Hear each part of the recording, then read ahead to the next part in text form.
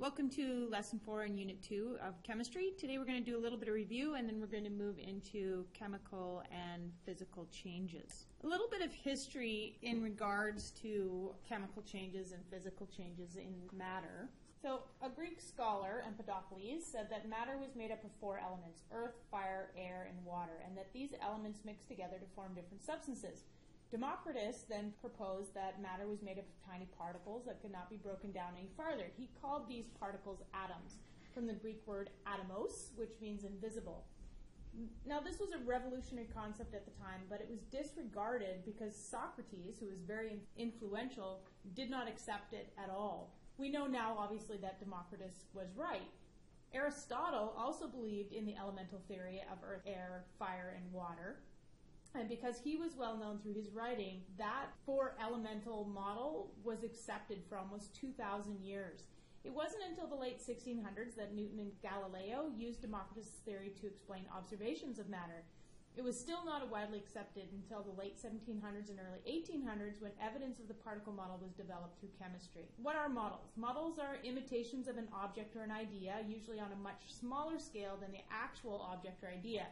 We use models to illustrate things that are too large, too small, or too dangerous, or take too long for us to observe directly. But because they're based on assumptions, they have limitations. So the particle model is the simplest model to explain the physical and chemical properties of matter. So as we mentioned in the last video, there are 4 main ideas to the particle model of matter, and it's just slightly different for the KMT. I'm not going to go through this all again for you. I just wanted you to remember that it's here and then it is part of this chapter. Essentially, what we want to remember the most is that the spaces between the particles, as described here in number 3, the spaces between the particles are considerably larger than the particles themselves. And the particles move farther and farther apart as the substance changes from a solid to a liquid to a gas. When we add heat to a substance, the particles, or the kinetic energy, is increased and they move faster. The particles do not expand. It's the spaces between them that increase. Okay, so if you've got a container of solid, they're all very tightly packed, okay? And then you start to add heat. Some little fire going here. Okay, same container, same size particles, but the spaces between them as the particles gain energy start to spread out more, so there's more space. The particles don't get bigger, the spaces do, okay? And that's an important part to remember. As these spaces get bigger, we call that thermal expansion, when the spaces get bigger, okay?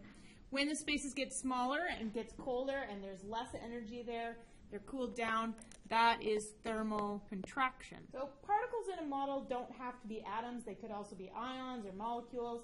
And the type of particle doesn't necessarily have to be specified. So that's just a quick review on our particle model of matter and some of the important things to remember. Physical and chemical changes. So what's important to remember here is that matter can undergo physical and chemical changes. And the changes to matter can either be reversible, which means we can change them back, or non-reversible, which means once they've changed, they're that way forever. And that there are certain clues that we can look at to distinguish whether or not a change is physical or chemical. So during a physical change, substances are not altered chemically. They simply change state or combined or separated. Most physical changes are reversible. Okay, so for example, you have ice cream. The ice cream in its frozen state, you eat it. As you let it melt, it's changed state. It's gone from a solid to a liquid, but it's still ice cream. Nothing else about it has changed. Okay, so the particles may move together, they may move farther apart, they may mix with other particles, but nothing new forms. The particles are still the particles. So the example that I've given down here is that dissolving sugar in water is a physical change, but the sugar particles spread out and mix with the water particles, but they're still there. So you may not see them anymore, but they're still there, and there's sugar particles and there's still water particles. The nature of the particle doesn't change. When we boil something and evaporation takes place, that's a rapid state of physical change. In a chemical change, substances are altered chemically. They change completely. And so when we talk about physical changes being reversible, so if we go back to our ice cream example, changes that can be reversed are called reversible changes. So if we have melted ice cream, we can throw it back in the freezer and make it solid again. So we've reversed that change. So physical changes are often reversible, but not always. So if you think about cutting vegetables, okay, you have a carrot. You've cut the carrot, it's in separate pieces, that is a physical change, but it's still a carrot. So it's not a chemical change, it's a physical change, but it's non-reversible because you can't put the carrot back. It is non-reversible because you can't make it a whole carrot again. Okay, so those are called non-reversible changes. In a chemical change, the original substance is changed into one or more different substances with different properties. Okay, so they're altered chemically and have different chemical and physical properties after the change, and they're almost always impossible to reverse. So in the chemical chain, the particles change. For example, in photosynthesis, particles of carbon dioxide and water combine using light energy, and the particles produced from this combination are oxygen and sugar. So two completely different particles than what was started before the change. So evidence of a chemical change, you must observe several of these clues to determine if a chemical change has occurred. Just one clue could still be a physical change. For example, you may have a color change in something. That doesn't necessarily mean it's a chemical change unless other of those clues are observable as well. So clues to a chemical change include a new color appears, heat, light, or sound is given off or absorbed, bubbles of gas are formed or a new odor may be noticed, a solid forms in a liquid, which we call a precipitate, and the change is difficult or impossible to reverse. So one of these things alone is not enough to determine a chemical change. For example, purple iodine vapor forms when a dark gray iodine crystals are heated. This is sublimation, which is a change of state from solid to gas. No new substance has been produced, but you still see that color change. If something changes color and is accompanied by a change of temperature, it's accompanied by light or sound, then you could call it a chemical change.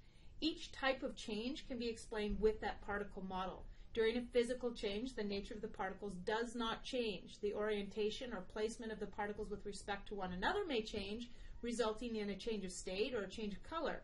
During a chemical change, particles of one kind are changed into particles of another kind, which gives the substance a whole new set of properties.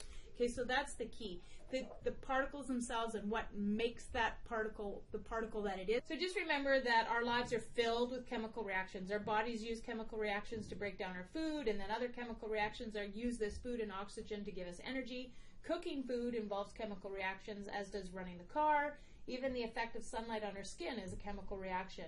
And there are many advantages to chemical reactions, but there are also some disadvantages that we need to consider. Some reactions will produce an undesirable substances that can cause significant problems. As citizens, it's important that we consider the impact of chemical reactions in which we are involved and take responsible actions. Some of those things that we need to be considered about are the chemical reactions that take place in our atmosphere that create acid rain, for example. Okay? Acid rain has a huge consequence for our environment and structures. It's caused by substances produced by chemical reactions and released into the atmosphere. There they react with water and air to form acids. When it rains, this acid falls into rivers and lakes and onto soil, plants, and buildings. So it can have a very negative effect on us and our surroundings. So chemical change happen everywhere. They happen in the environment, they happen at home, they happen in the classroom, and they happen in the chemistry lab.